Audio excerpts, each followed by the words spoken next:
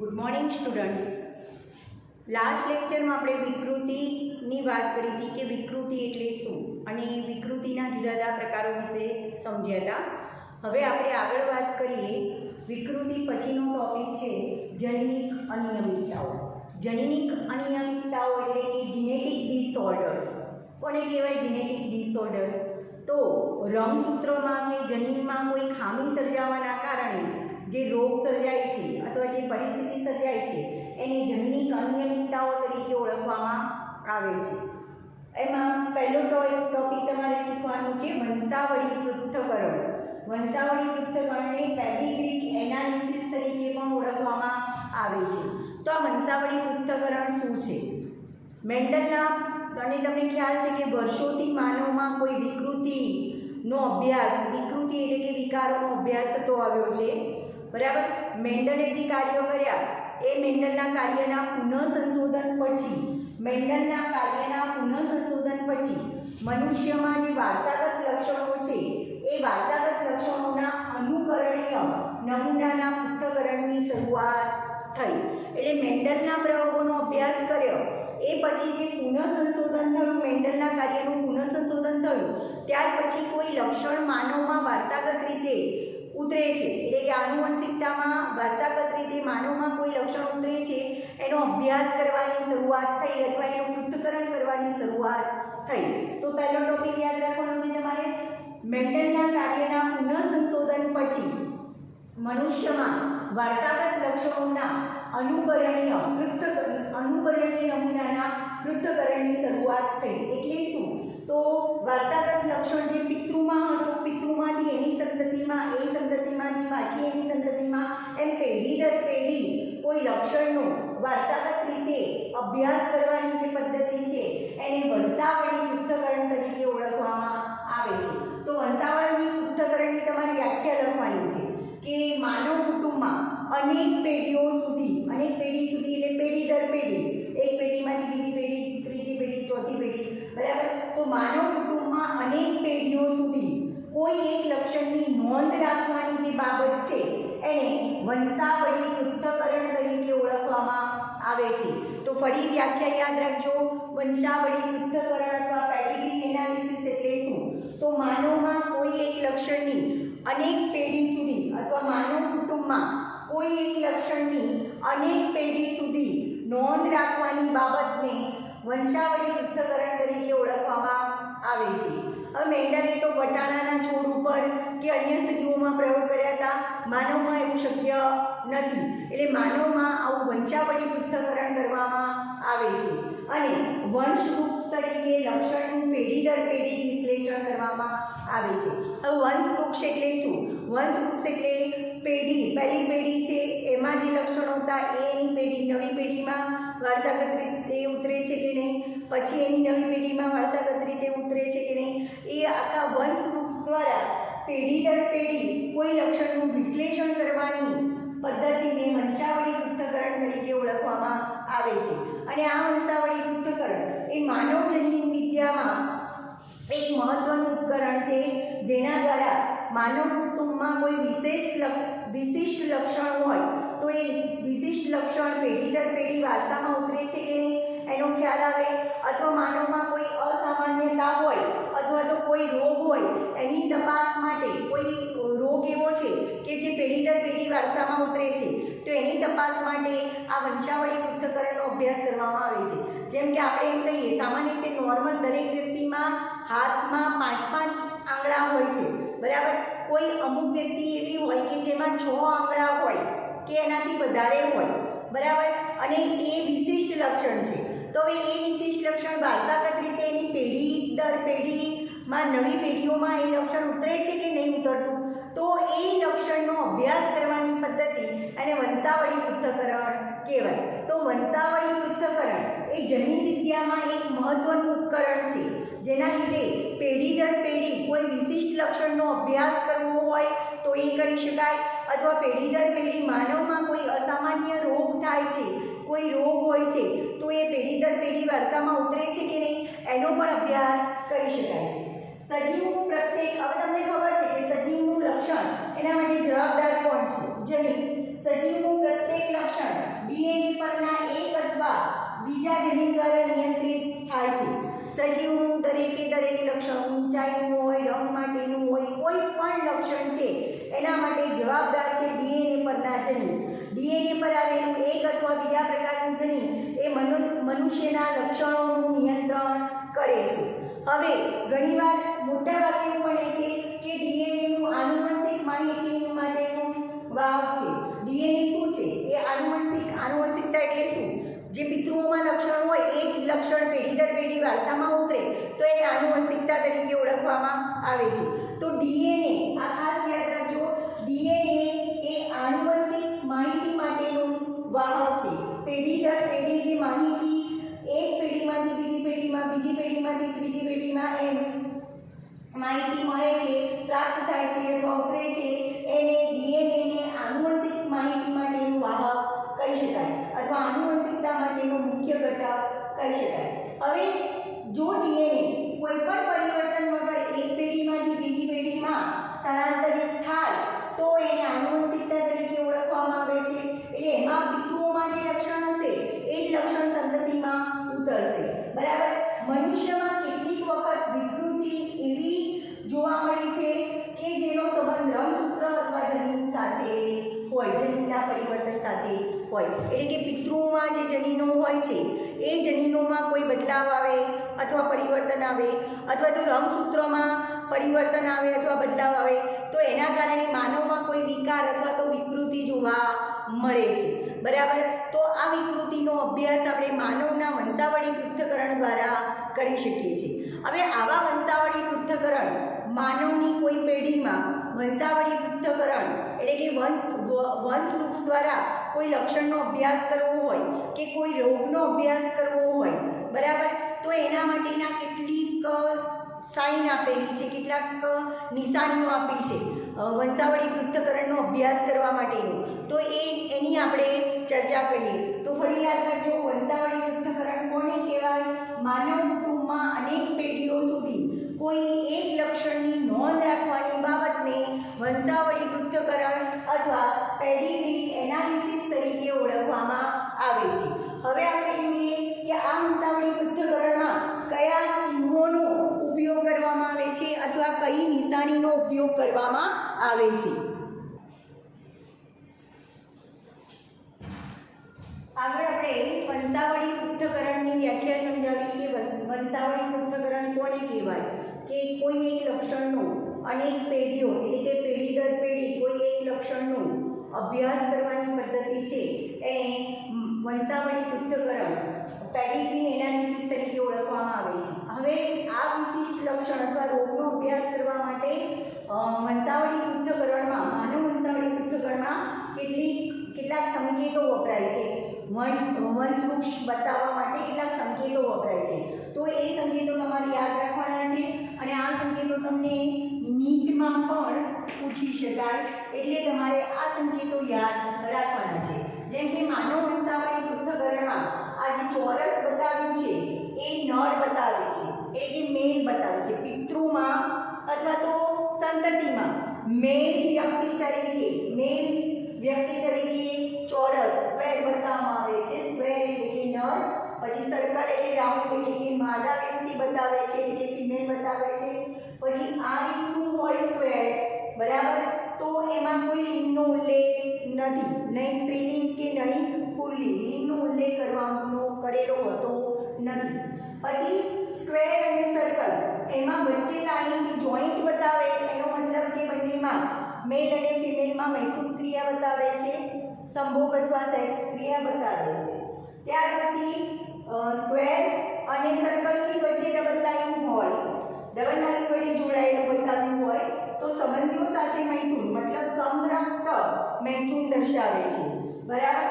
ત્યાર પછી જો સ્ક્વેર હોય, સર્કલ હોય કે આ રીતનું સ્ક્વેર બતાવ્યું હોય અને એમાં આવો ઘાટો ભાગ કરેલો બતાવ્યું હોય એ અસરગ્રસ્ત વ્યક્તિ મતલબ કે રોગગ્રસ્ત વ્યક્તિ કહી શકાય. જો આ ખાલી હોય તો એ નોર્મલ વ્યક્તિ કહેવાય, પણ આવું અંદર ઘાટું કરીને તમને બતાવ્યું હોય મેલ ફિમેલ કે આમાં, તો એ કોઈ રોગથી અસરગ્રસ્ત વ્યક્તિ હોય અથવા તો એને કોઈ રોગ થયેલો હોય છે દર્શાવે છે. ત્યાર પછી તમને અહીંયા બતાવ્યું છે સ્ક્વેર અને સર્કલ, મતલબ આ પિતૃ છે, પિતૃમાં મેલ પિતૃ અને આ ફિમેલ પિતૃ, અને એના જોઈન્ટ મતલબ એનું મૈથુન ક્રિયા બતાવી છે. એના પછી નીચે આ જે બતાવી છે એ એની સંતતિ બતાવી છે. હવે સંતતિમાં કેવું ડાબીથી જમણી બાજુ ક્રમ જોવાનો, મતલબ ડાબી બાજુ તમે જુઓ તો ડાબી બાજુની સંતતિ એ પિતૃઓની પ્રથમ સંતતિ થશે, જ્યારે જમણી બાજુની સંતતિ એ સેકન્ડ નંબરની સંતતિ. હવે એમ પછી આગળ ક્રમ યાદ રાખવાનો છે કે સંતતિનો ક્રમ, જન્મનો ક્રમ કયો હશે, ડાબીથી જમણી બાજુ, ડાબી બાજુએ જે સંતતિ બતાવી હશે એ પહેલા જન્મેલી હશે, ત્યાર પછી એ રીતના સંતતિ ઉત્પન્ન થયેલી હશે. તો સ્ક્વેર પછી સર્કલ, એની સાથે એક લીટું જોઈન્ટ બતાવ્યું છે, મતલબ મૈથુન એટલે પિતૃઓ, એની નીચે આ રીતના સંતતિ બતાવી છે, પિતૃ ઉપર સંતતિ નીચે બતાવી છે, અને ડાબીથી જમણી બાજુએ જન્મ અનુસાર સંતતિની ગોઠવણી બતાવી છે. ત્યાર પછી આપણે વાત કરીએ તો આગળ આવ્યું છે સ્ક્વેર સર્કલ, એમાં મૈથુન ક્રિયા બતાવી છે, એની આ સંતતિ બતાવી છે. તો અહીંયા સંતતિ કેવી બતાવી છે, આપણે આગળ વાત કરી કે આવી સંતતિ હોય કે આવી વ્યક્તિ હોય એનો મતલબ કે રોગગ્રસ્ત વ્યક્તિ છે. તો અહીંયા જે પિતૃઓમાંથી જે સંતતિ ઉત્પન્ન થાય છે એ રોગગ્રસ્ત છે, જ્યારે અહીંયા માતા અને પિતા બંને એટલે કે પિતૃમાં કોઈ રોગ બતાવ્યો નથી, રોગગ્રસ્ત બતાવ્યા નથી, પણ એને એવું કહી શકાય કે નર શિશુવાળા પિતૃ રોગથી પ્રભાવિત થશે, એને પોતાને રોગ થયેલો નથી પણ રોગથી પ્રભાવિત મતલબ રોગના વાહક હશે. રોગના વાહક હોય તો એની સંતતિમાં રોગ ઉત્પન્ન થઈ શકે. તો તમે ખાસ ધ્યાન રાખજો, અહીંયા તમને પ્રશ્ન થશે કે મેલમાં કે ફિમેલમાં કોઈનામાં રોગ નથી બતાવેલો અને સંતતિમાં કેમ રોગ આવ્યો, તેનો મતલબ કહી શકાય કે મેલ અને ફિમેલ બંને રોગથી પીડાતી હશે અથવા રોગના વાહક હશે. તો રોગના વાહક હોય પિતૃમાંથી કોઈ એક અથવા બંને, તો એની સંતતિમાં રોગ થઈ શકે.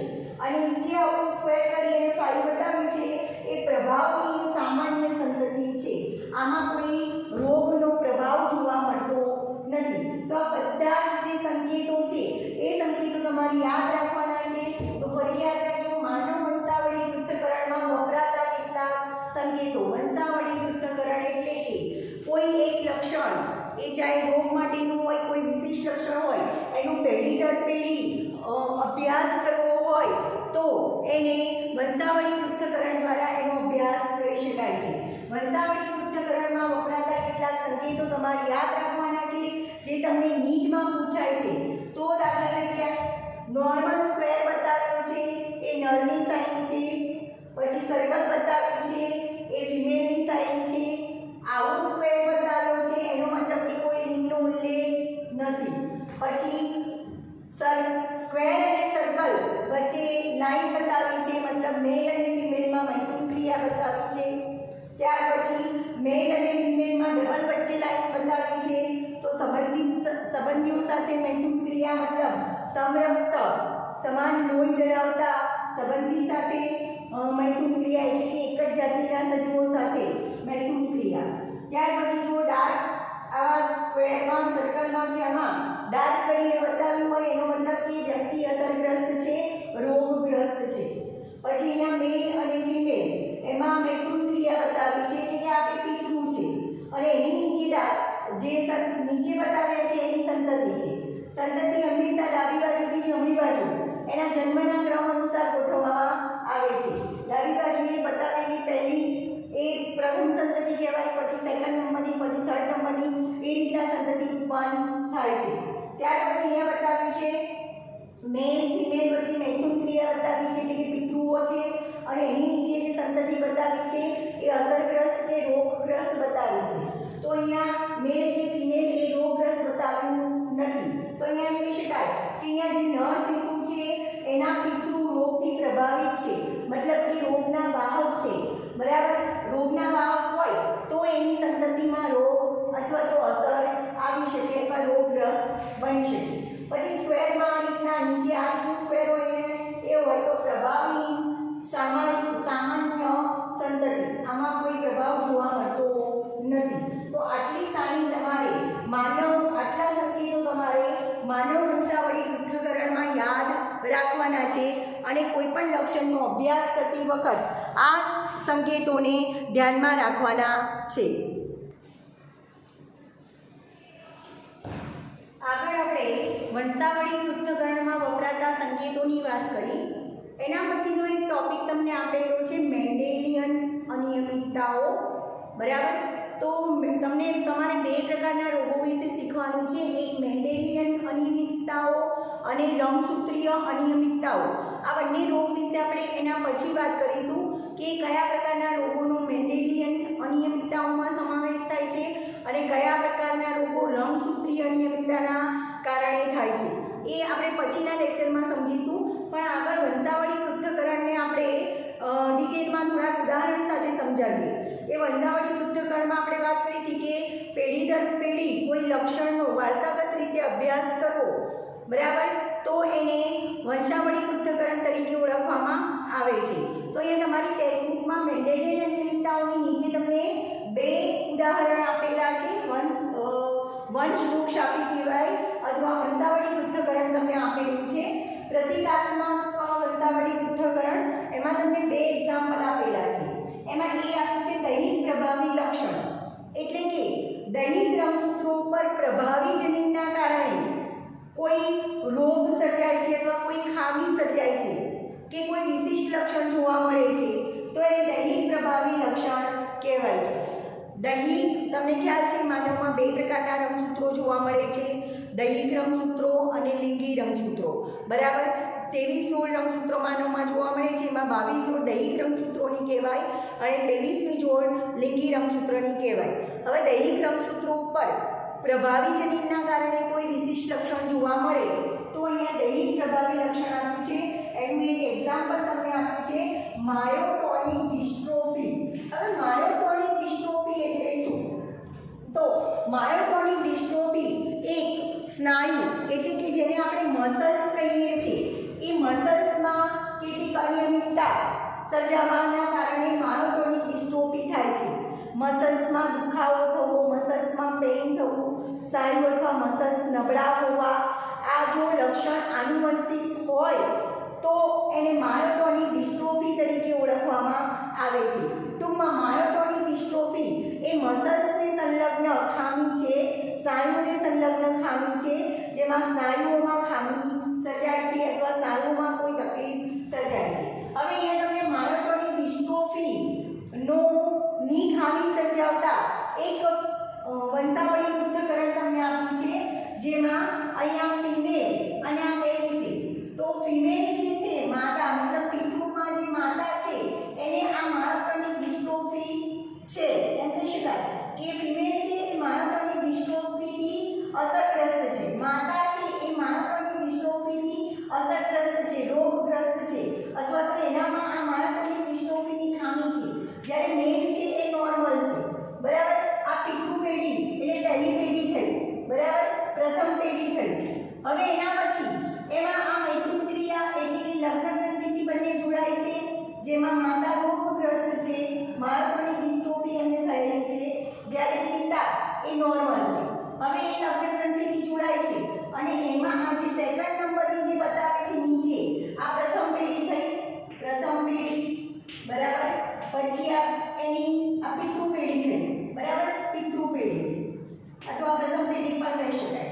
પછી આ એની સંતતિ, બરાબર, તો આ બીજી પેઢી થઈ. તો લગ્ન ગ્રંથિથી જોડાવાથી એમની જે સંતતિ છે એ સંતતિમાં પહેલી સંતતિ સ્ત્રી છે, બરાબર, જે નોર્મલ છે, બીજી સંતતિ મેલ છે જે રોગગ્રસ્ત છે એટલે કે માયોટોનિક ડિસ્ટ્રોફીથી પીડાય છે, બરાબર, ત્રીજી જે સંતતિ છે એ મેલ છે પણ જે પણ નોર્મલ છે, ચોથી સંતતિ છે ફિમેલ છે જે રોગગ્રસ્ત છે, બરાબર. હવે એમાં જે નોર્મલ મેલ છે એને નોર્મલ સ્ત્રી સાથે લગ્ન થાય છે, બરાબર, અને ત્રીજી પેઢી જે ઉત્પન્ન થાય છે એની આ સંતતિઓ બતાવી છે કે નોર્મલ આની જે સંતતિ હતી એમાં નોર્મલ મેલ સાથે, બરાબર, નોર્મલ સંતતિ સાથે નોર્મલ સ્ત્રીના જ્યારે લગ્ન થાય છે અથવા લગ્ન ગ્રંથિથી જોડાય છે તો એમની સંતતિમાં ત્રણ સંતતિ નોર્મલ છે, મતલબ બે સ્ત્રી માતા સંતતિ છે અને એક મેલ સંતતિ છે,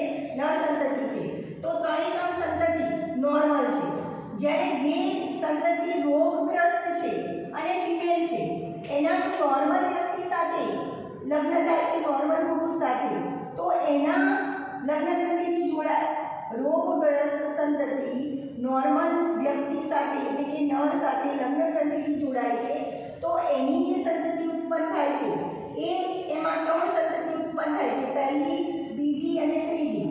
એમાં પહેલી અને ત્રીજી સંતતિ નોર્મલ બતાવી છે જે મેલ છે, અને જે ફિમેલ સંતતિ છે એ રોગગ્રસ્ત છે. તો ટૂંકમાં કહી શકાય કે અહીંયા પિતૃમાં આ રોગગ્રસ્ત હતું, માતા રોગગ્રસ્ત હતી, તો એના 4 સંતાનો પૈકી 1, 2, 3 અને 4 સંતાનો પૈકી 2માં રોગગ્રસ્ત અસર હતી, રોગ હતો, જ્યારે બીજા 2માં નહોતો. હવે આ રોગગ્રસ્ત સંતતિનું પાછું નોર્મલ વ્યક્તિ સાથે લગ્ન થાય છે તો એમાં આ ફિમેલમાં જે સંતતિ છે એમાં માતા સંતતિમાં રોગ આવે છે, જ્યારે નરમાં આવતો નથી. તો આ માયોક્રોનિક ડિસ્ટ્રોફીની એક વંશાવળી પૃથ્થકરણ તમને આપ્યું છે, બરાબર. હવે આગળ આપણે વાત કરીએ તો આગળ એક તમને બીજું આપ્યું છે દૈહિક પ્રચ્છન્ન લક્ષણ, મતલબ દૈહિક રંગસૂત્રો ઉપર આવેલા પ્રચ્છન્ન જનીનના કારણે આ રોગ થાય છે, જેનું એક્ઝામ્પલ છે sickle cell anaemia. Sickle cell anaemia વિશે પણ ડિટેલમાં તમારે આગળ શીખવાનું છે, અને આગળ પણ તમને સમજાવી દીધું છે કે સિકલ સેલ એનિમિયા રોગ શેને કારણે થાય છે. આપણા રક્તકણમાં જે હિમોગ્લોબિન આવેલું છે એ હિમોગ્લોબિનમાં બીટા સાકર આવેલી હોય છે, એમાં છઠ્ઠા ક્રમે ગ્લુટામિક એસિડ ગોઠવાયેલો હોય છે, ગ્લુટામિક એમિનો એસિડ ગોઠવાયેલો હોય છે. બીટા સાકરમાં છઠ્ઠા ક્રમે ગ્લુટામિક એમિનો એસિડ ગોઠવાયેલો છે.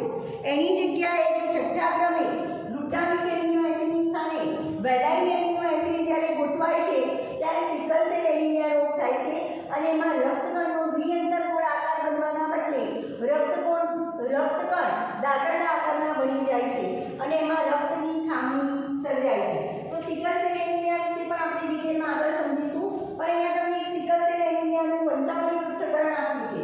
તેમાં તમે જુઓ તો અહીંયા મેલ અને ફિમેલ જે બતાવ્યા છે પિતૃઓ, બરાબર, પિતા અને માતા બંને નોર્મલ બતાવ્યા છે, જ્યારે એની સંતતિ જે બતાવી છે પહેલી, આ બીજી સંતતિ, આ ત્રીજી, ચોથી અને 5મી, બરાબર. તો 5 સંતતિ પૈકી જે 5 સંતતિ છે એમાં પહેલો નર છે, બીજી સંતતિ પણ નર છે જેને સિકલ સેલ એનિમિયાની ખામી છે, ત્રીજી સંતતિ માદા છે જેને સિકલ સેલ એનિમિયાની ખામી નથી, ચોથું સંતતિ છે માદા, એને સિકલ સેલ એનિમિયાની ખામી છે, અને 5મી સંતતિ છે મેલ, એને નર છે એમાં ખામી નથી. જો આ સંતતિ પૈકી જે માદા સંતતિ છે એનું નોર્મલ માદા સંતતિ છે, એનું નોર્મલ નર વ્યક્તિ સાથે લગ્નગ્રંથિથી જોડાય, અને એમની સંતતિ જે ત્રીજી પેઢી ઉત્પન્ન થાય છે એમાં 3 સંતતિ ઉત્પન્ન થાય છે, પહેલી, બીજી અને ત્રીજી. તો એમાં મેલમાં સિકલ સેલ એનિમિયાની ખામી જોવા મળે છે, જ્યારે ફિમેલ એટલે કે માદા સંતતિ છે એમાં સિકલ સેલ એનિમિયાની ખામી જોવા મળતી નથી. તો આ બંને વંશાવળી પૃથ્થકરણ, એમાં તમને એક માયોટોનિક ડિસ્ટ્રોફીનું આપ્યું છે જે દૈહિક પ્રભાવી લક્ષણના કારણે જોવા મળે છે, અને બીજું સિકલ સેલ એનિમિયા આપ્યું છે જે દૈહિક પ્રચ્છન્ન લક્ષણના કારણે જોવા મળે છે.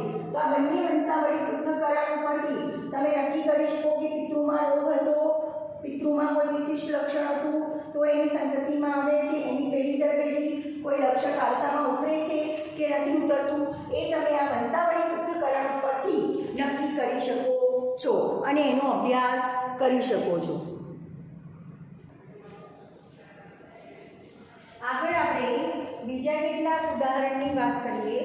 આગળ આપણે બીજા 2 ઉદાહરણની વાત કરી, માયોટોનિક ડિસ્ટ્રોફીની વાત કરી અને સિકલ સેલ એનિમિયા, એમ 2 વંશાવળી પૃથ્થકરણ આપણે જોયા. હવે એના પછી બીજા 2 એક્ઝામ્પલ તમને વધારાના આપું છું કે દાખલા તરીકે માનવમાં ખરેખરમાં આંગળીની સંખ્યા દરેક હાથમાં 5 હોય છે, પ્રત્યેક હાથમાં, એક હાથમાં 5, બીજા હાથમાં 5, એ રીતના પગમાં 5 અને બીજા પગમાં 5, પણ કોઈ માનવમાં જે 5 હોવી જોઈએ એના કરતાં આંગળીઓની સંખ્યા વધુ હોય તો આ એક વિશિષ્ટ લક્ષણ છે, બરાબર.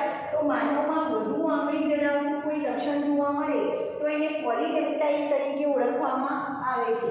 પોલીડેક્ટાઇલિસ અથવા પોલીડેક્ટાઇલ તરીકે ઓળખવામાં આવે છે. માનવમાં જો જેટલી હોવી જોઈએ એના કરતાં વધુ આંગળીઓ જોવા મળે તો એને પોલીડેક્ટાઇલ તરીકે ઓળખવામાં આવે છે. તો અહીંયા એનું વંશાવળી પૃથ્થકરણ આપ્યું છે. જેમ કે અહીંયા પિતૃપેઢી આપી છે, જેમાં આ સાદી સ્ત્રી છે અને આ જે છે એ પોલીડેક્ટાઇલ પુરુષ છે. મતલબ આમાં આંગળીઓની સંખ્યા જેટલી હોય એના કરતાં વધુ જોવા મળે છે, એટલે કે પોલીડેક્ટાઇલ પુરુષ છે. તો નોર્મલ સ્ત્રી એનું પિતૃપેઢીમાં નોર્મલ સ્ત્રી એનું અથવા સાદી સ્ત્રી એનું પોલીડેક્ટાઇલ પુરુષ સાથે લગ્ન ગ્રંથિથી જોડાય છે.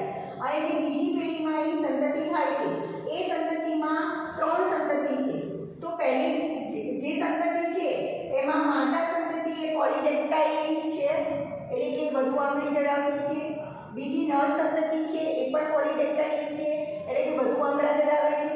અને ત્રીજી વ્યક્તિ છે, ત્રીજી જે સંતતિ છે એ નર વ્યક્તિ છે જે નોર્મલ છે.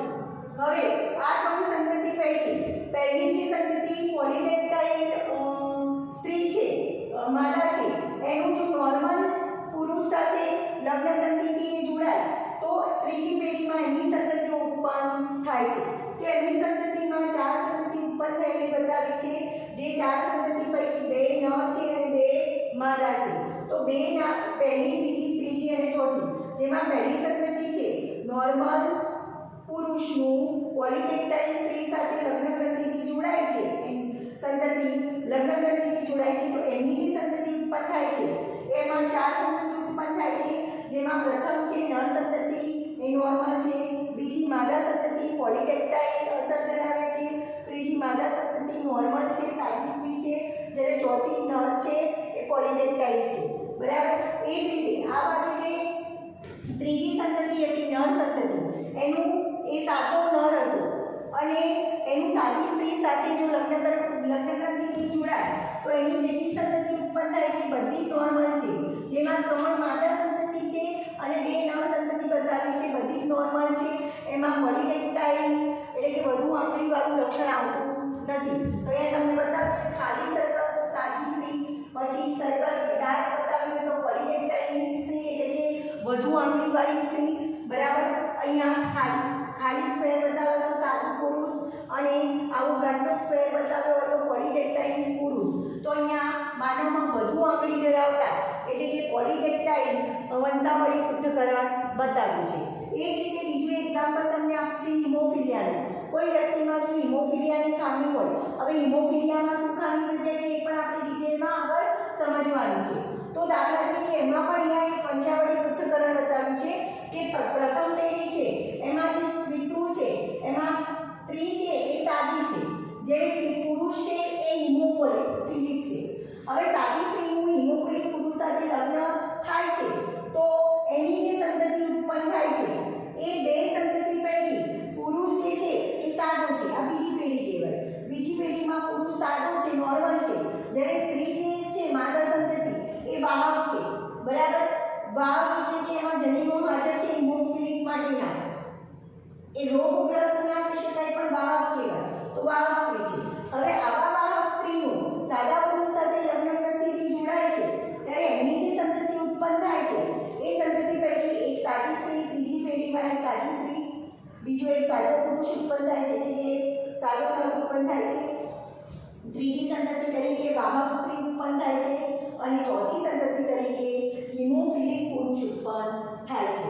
બરાબર. તો અહીંયા હિમોફિલિયાનું વંશાવળી પૃથ્થકરણ આપેલું છે. સાદી સ્ત્રીનું હિમોફિલિક પુરુષ સાથે લગ્ન ગ્રંથિથી જોડાણ બતાવ્યું છે. પછી એની સંતતિ પૈકી એક બીજી પેઢીમાં એક પુરુષ સંતતિ છે જે નોર્મલ છે, સ્ત્રી સંતતિ છે એ વાહક સ્ત્રી છે. હવે એ બીજી પેઢીમાં વાહક સ્ત્રીનું સાદા પુરુષ સાથે લગ્ન ગ્રંથિથી જોડાય છે તો જે ત્રીજી પેઢી ઉત્પન્ન થાય છે, ત્રીજી પેઢીમાં પહેલી જે સંતતિ છે એ સાદી સ્ત્રી છે, બીજી જે સંતતિ છે સાદો પુરુષ છે, ત્રીજી સંતતિ છે એ વાહક સ્ત્રી છે અને ચોથી સંતતિ છે એ હિમોફિલિક પુરુષ છે. તો આવા વંશાવળી પૃથ્થકરણના મેં તમને 4 ઉદાહરણ કીધા. કયા 4 ઉદાહરણ? એક માયોટોનિક ડિસ્ટ્રોફી એટલે કે જેમાં સ્નાયુમાં મસલ્સમાં લક્ષણોમાં ખામી સર્જાય છે એનું વંશાવળી પૃથ્થકરણ તમને બતાવ્યું. બીજું સિકલ સેલ એનિમિયાનું વંશાવળી પૃથ્થકરણ બતાવ્યું. ત્રીજું માનવમાં વધુ આંગળીઓ ધરાવતા પુરુષ, માનવમાં વધુ આંગળીઓ હોય એવું લક્ષણ જેને પોલિડેક્ટાઇલ તરીકે ઓળખવામાં આવે છે એનું એક વંશાવળી પૃથ્થકરણ બતાવ્યું. અને ચોથું હિમોફિલિયાની ખામી ધરાવતા વંશાવળી પૃથ્થકરણ દર્શાવ્યું. તો આના ઉપરથી તમને ખ્યાલ આવી ગયો હશે કે વંશાવળી પૃથ્થકરણ કોને કહેવાય. વંશાવળી પૃથ્થકરણ એટલે કે કોઈ એક વિશિષ્ટ લક્ષણ અથવા તો કોઈ ખામી અથવા કોઈ રોગ અથવા કોઈ અસામાન્યતા જે આનુવંશિક હોય છે કે નહીં એનો અભ્યાસ, કોઈ એક લક્ષણનો કે કોઈ રોગનો પેઢી દર પેઢી અભ્યાસ કરવાની માહિતી અથવા તો વિશ્લેષણ એને વંશાવળી પૃથ્થકરણ તરીકે ઓળખવામાં આવે છે. ત્યાર પછીના લેક્ચરમાં આપણે મેન્ડેલિયન અનિયમિતતા અને રંગસૂત્રીય અનિયમિતતાની વાત કરીશું, જેમાં કેટલીક જનીનિક રંગસૂત્રને અનુલક્ષીને કેટલાક રોગો થાય છે એની આપણે વાત કરીશું, અથવા કેટલીક જનીનિક ખામીને કારણે કેટલાક રોગો થાય છે એની આપણે ડિટેલમાં વાત કરીશું.